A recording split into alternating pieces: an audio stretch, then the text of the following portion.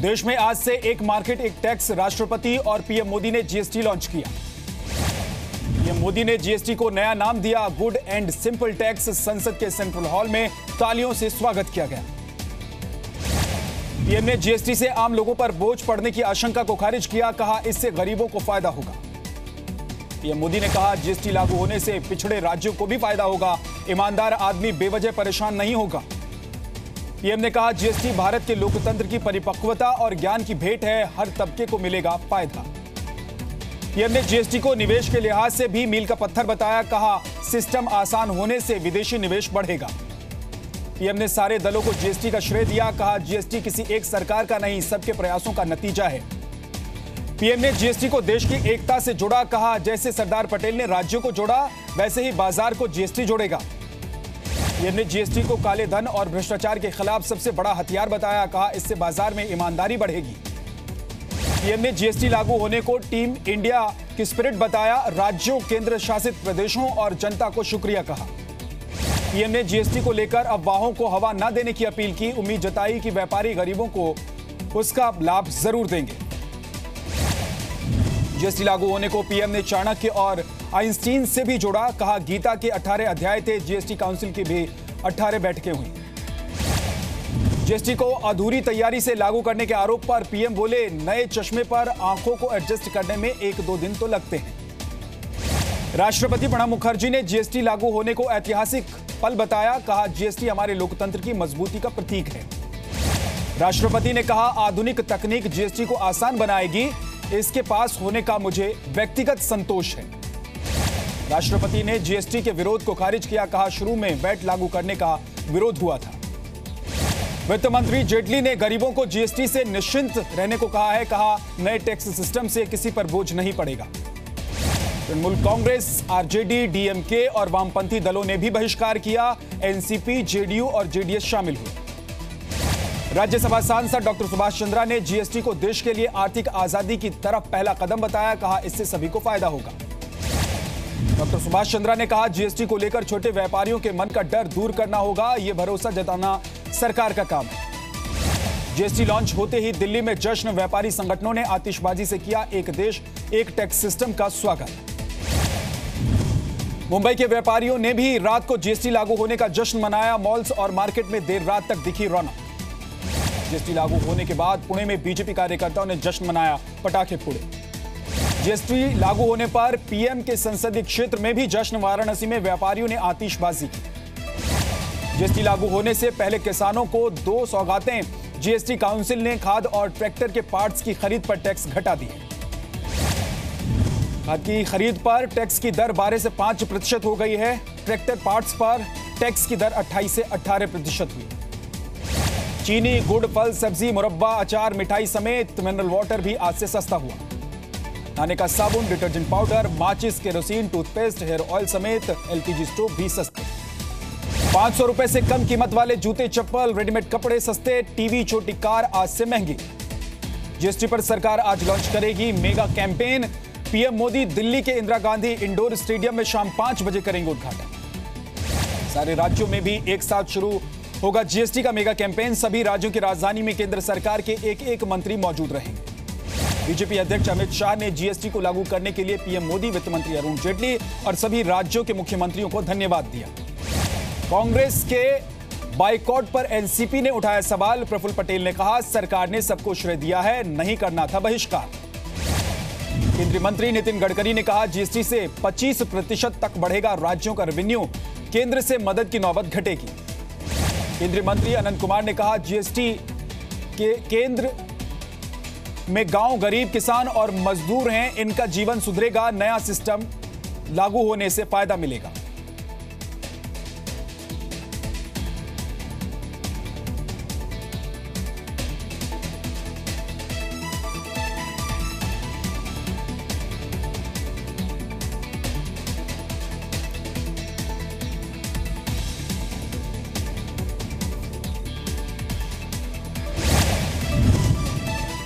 मानव संसाधन मंत्री प्रकाश जावड़ेकर ने कहा जीएसटी से महंगे नहीं होंगे स्कूल के सामान, पेंसिल और किताबें। केंद्रीय मंत्री धर्मेंद्र प्रधान ने कहा जीएसटी से सरकार के पास ज्यादा टैक्स जमा होगा, टैक्स चोरी पर कड़ी लगाम लगेगी।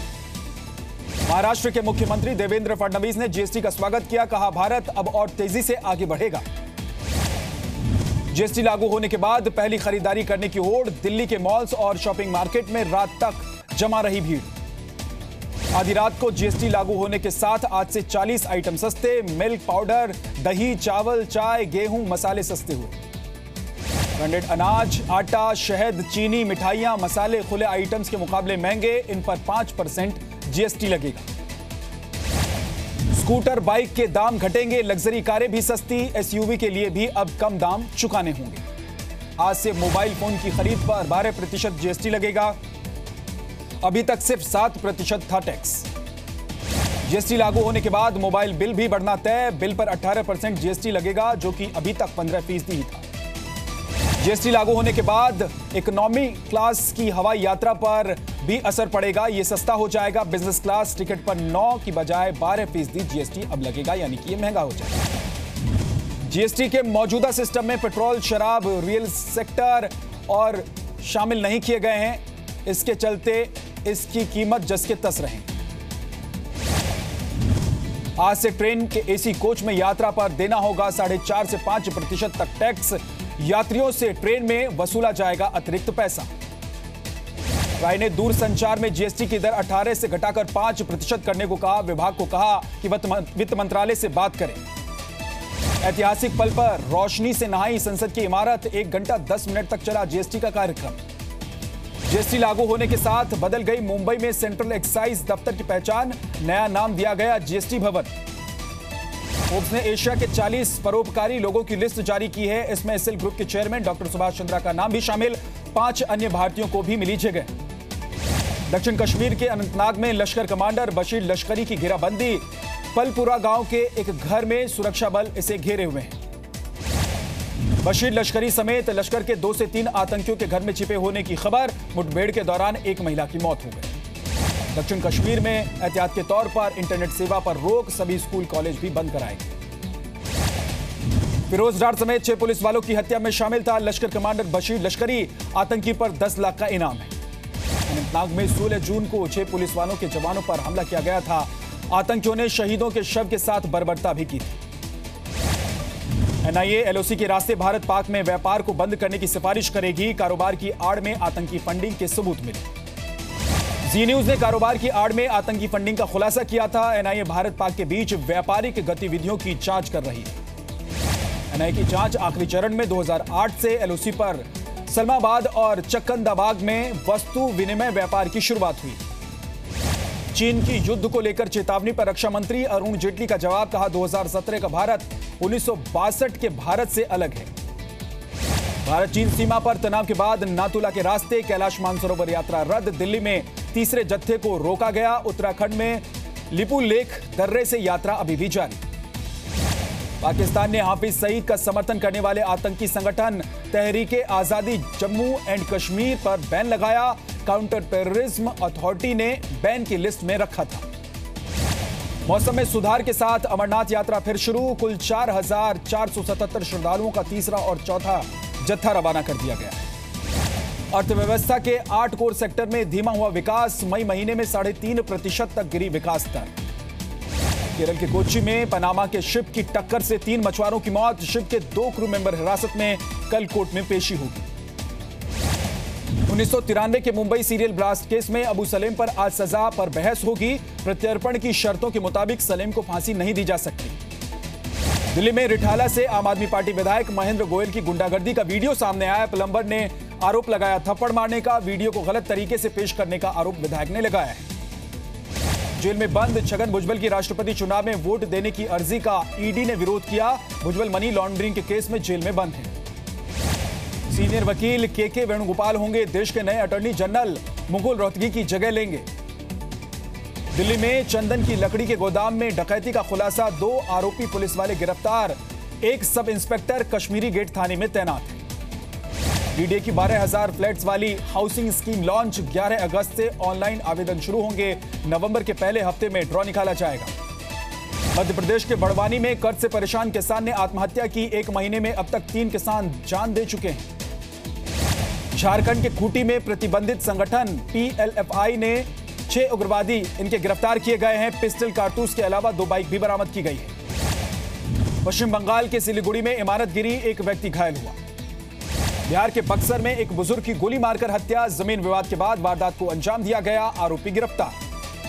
महाराष्ट्र के औरंगाबाद में शिव सैनिकों ने 2 टीचर्स को पीटा, छात्राओं के साथ छेड़छाड़ का आरोप था। गुरुग्राम में शराब के नशे में धुत युवक ने पुलिस से बदसलूकी की, चालान काटे जाने से नाराज था, नेता का बेटा बताकर रौब झाड़ता रहा। वाराणसी के दशाश्वमेध घाट पर शराबी पुलिस वाले का हंगामा, स्थानीय लोगों ने पकड़ा, थाने लेकर इसे छोड़ आए। पंजाब के बरनाला में भारी बारिश से किसान परेशान, 6 गांवों में करीब 10,000 एकड़ इलाके में फैली फसल बर्बाद, 1 दर्जन घरों को भी नुकसान पहुंचा। धनबाद में कोलकाता से आ रही तेज रफ्तार बस ने 2 बाइक सवारों को कुचला, दोनों की मौके पर ही मौत, नाराज लोगों ने गाड़ियों में तोड़फोड़ की। यूपी के बिजनौर में दारोगा की गला काटकर हत्या, बाइक पर आए बदमाश पिस्टल लेकर भी फरार हो गए। यूपी के पूर्व मंत्री और समाजवादी पार्टी के नेता तेज नारायण पांडे पर रेप का आरोप, नाबालिग लड़की के पिता ने कहा पुलिस कार्रवाई नहीं कर रही है। पंजाब के गुरदासपुर में शराब कारोबारी के यहां छापे के दौरान आबकारी की टीम पर हमला किया गया, गाड़ियों के शीशे तोड़े गए, 1 महिला घायल। झारखंड के कोडरमा में बेकाबू ट्रक खाई में गिरा, हादसे में 4 महिलाओं समेत 5 लोगों की मौत हो गई। मध्य प्रदेश के शाजापुर में दूल्हे ने आखिरी वक्त में शादी से इनकार कर दिया, लड़के का दावा उसे दूसरी लड़की से प्यार है, शादी का खर्च देने पर बात बनी। यूपी के सीतापुर में एसपी कार्यालय पर महिलाओं का हंगामा, लापता युवक को ढूंढने में लापरवाही का आरोप लगाया। पंजाब सरकार ने केंद्र को पत्र लिखा, किसानों को दिए गए 17,000 करोड़ के लोन की जांच कराने की मांग की गई। पंजाब में केबल ऑपरेटर्स की बदमाशी रोकने के लिए राज्य सरकार सख्त, खंभों पर लगे तारों की फीस ऑपरेटर से वसूलने का निर्देश दिया गया। नॉर्थ कोरिया को अमेरिकी राष्ट्रपति ट्रंप की चेतावनी, कहा अब पानी सिर के ऊपर चला गया है जो बर्दाश्त से बाहर है। चीन की अमेरिका से ताइवान को हथियार न बेचने की अपील, कहा सहमति को तोड़ने वाला और तनाव बढ़ाने वाला है यह फैसला। न्यूयॉर्क के एक अस्पताल में कर्मचारी की फायरिंग में 1 महिला की मौत और 6 लोग घायल हो गए, हमले के बाद कर्मचारी ने खुदकुशी की। अमेरिका के कैलिफोर्निया में प्लेन की इमरजेंसी लैंडिंग हुई, 2 लोगों को गंभीर चोटें आई, हादसे के बाद सड़क पर लंबा जाम लग गया। सीरिया में दमिश्क के रिहायशी इलाके में बमबारी हमले की जिम्मेदारी अभी तक किसी देश ने नहीं ली है। इराकी सेना का 4 से 5 दिन में मौसूल पर पूरी तरह से कब्जा करने का दावा, तिग्रिस नदी के एक कोने में सिमट गए हैं आईएसआईएस के आतंकी। अफगानिस्तान में आतंकियों से लड़ने के लिए और सैनिक भेजेंगे यूरोपियन देश, अमेरिकी रक्षा मंत्री जिम मैटिस ने संकेत दिए। ब्राजील में सरकार की आर्थिक नीतियों के खिलाफ उग्र प्रदर्शन, लेबर और पेंशन कानून में किए गए बदलावों का विरोध किया जा रहा है। टेनिस स्टार वीनस विलियम्स पर आफत, 9 जून को वीनस की कार से एक बुजुर्ग की मौत हुई थी, बुजुर्ग का परिवार कोर्ट जाने की तैयारी में।